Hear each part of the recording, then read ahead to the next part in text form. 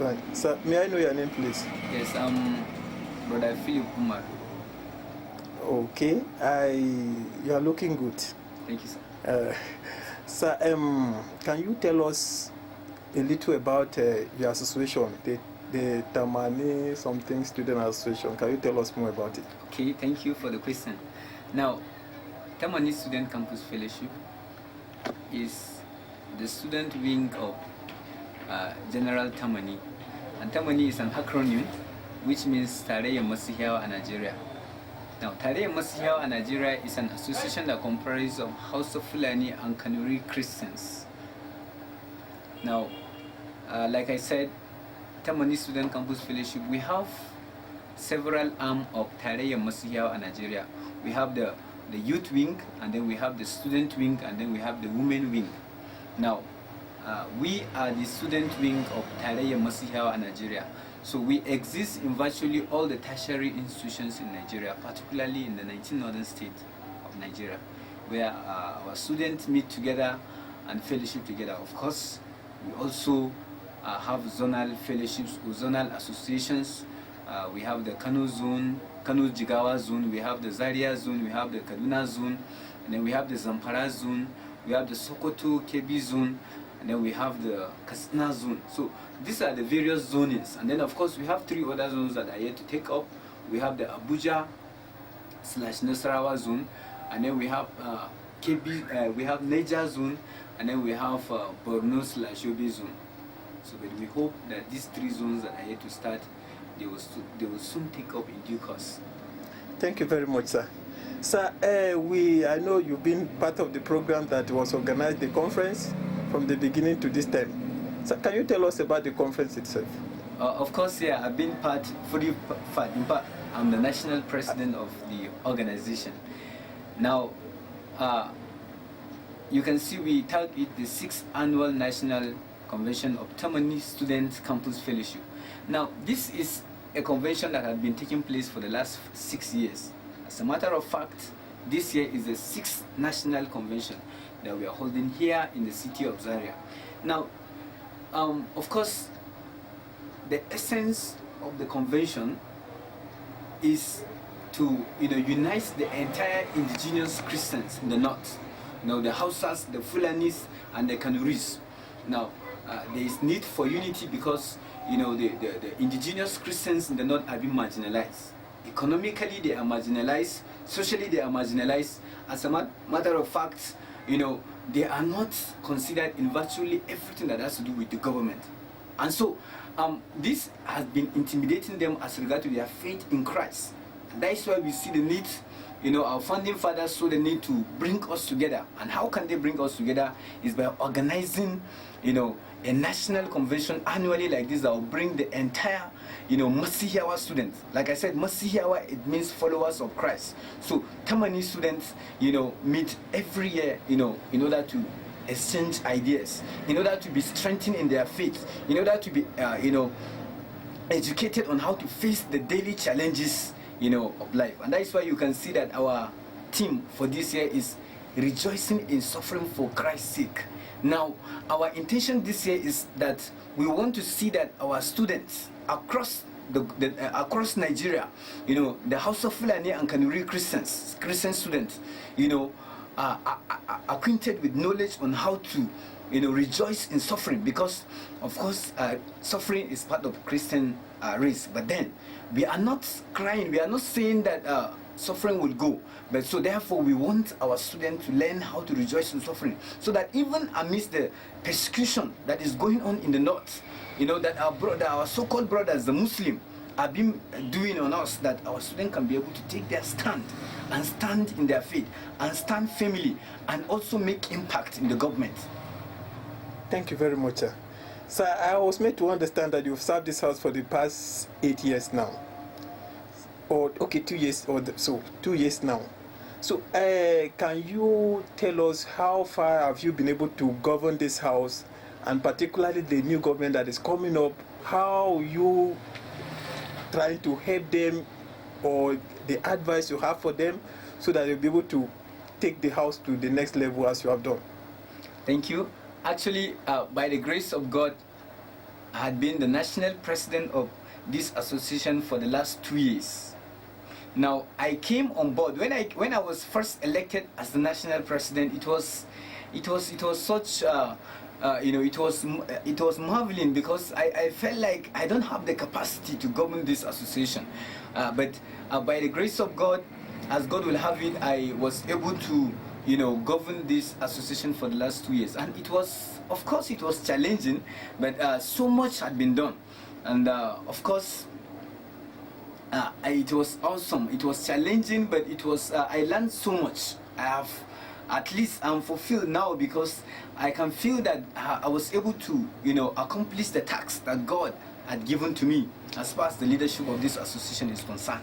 Of course, so many things we were able to do throughout the 2 tenures I served. We were able to produce a magazine, which was sold across the country. We were able to, of course, this magazine is called Spring of Hope magazine.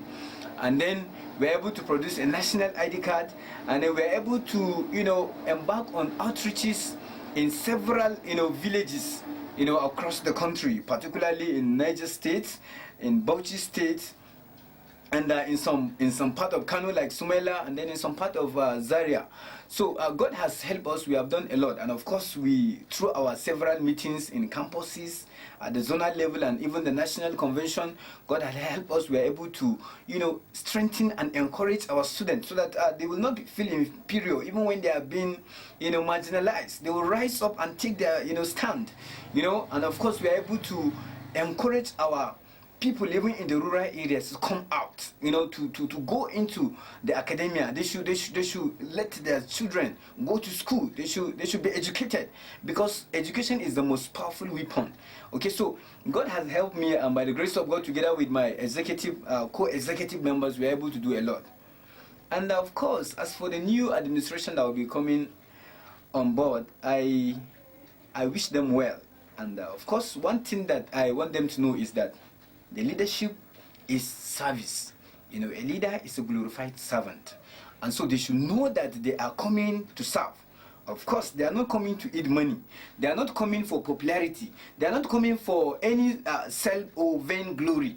No, they are coming to serve. So they should have that mindset. They should work with that mindset that they are coming to serve people. They are coming to let God use them as instruments, to establish His will, His counsel in the north, that the gospel of Christ will spread sporadically, even in the north, even in the core north, in Sokoto, in Zamfara, everywhere we can call Islamic State. It is our hope and prayer that it will not be called Islamic State any longer. It will be, a Christian state where Jesus is the King of all kings. And so I employ them to have that mindset.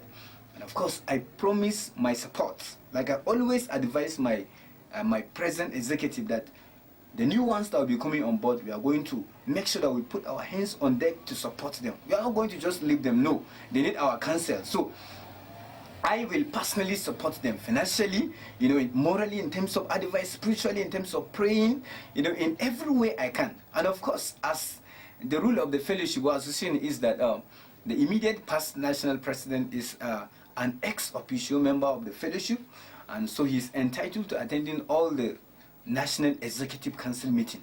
And so I will make sure that I will be attending all the meetings, and I will give my best as far as supporting them is concerned. So I wish them well.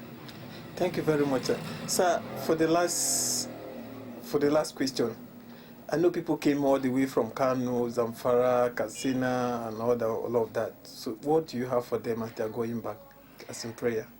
Well, I one thing that I want everyone to know is that there's this scholar that said, what differentiates winners from losers is that winners take action.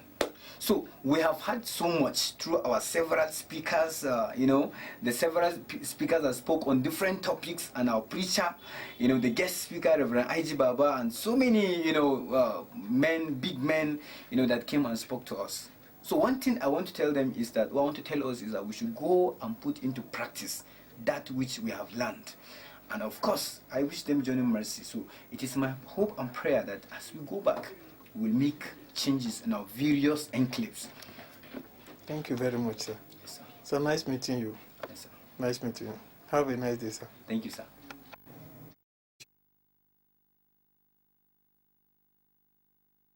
What are your yearnings? Okay.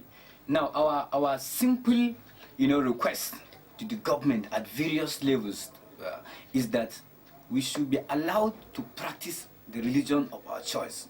It has been enshrined in the Constitution of the Federal Republic of Nigeria that everyone has the right to practice any religion of his choice. But it's not the case in the northern part of Nigeria. So what we are calling the government is that people should be allowed. Christ is the one we decide to follow. So that is our choice. The government should allow us. And not only that, the government should not neglect us in terms of providing social amenities. We should not be marginalized.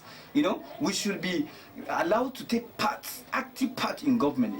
We should be given our dues, that which belong to us.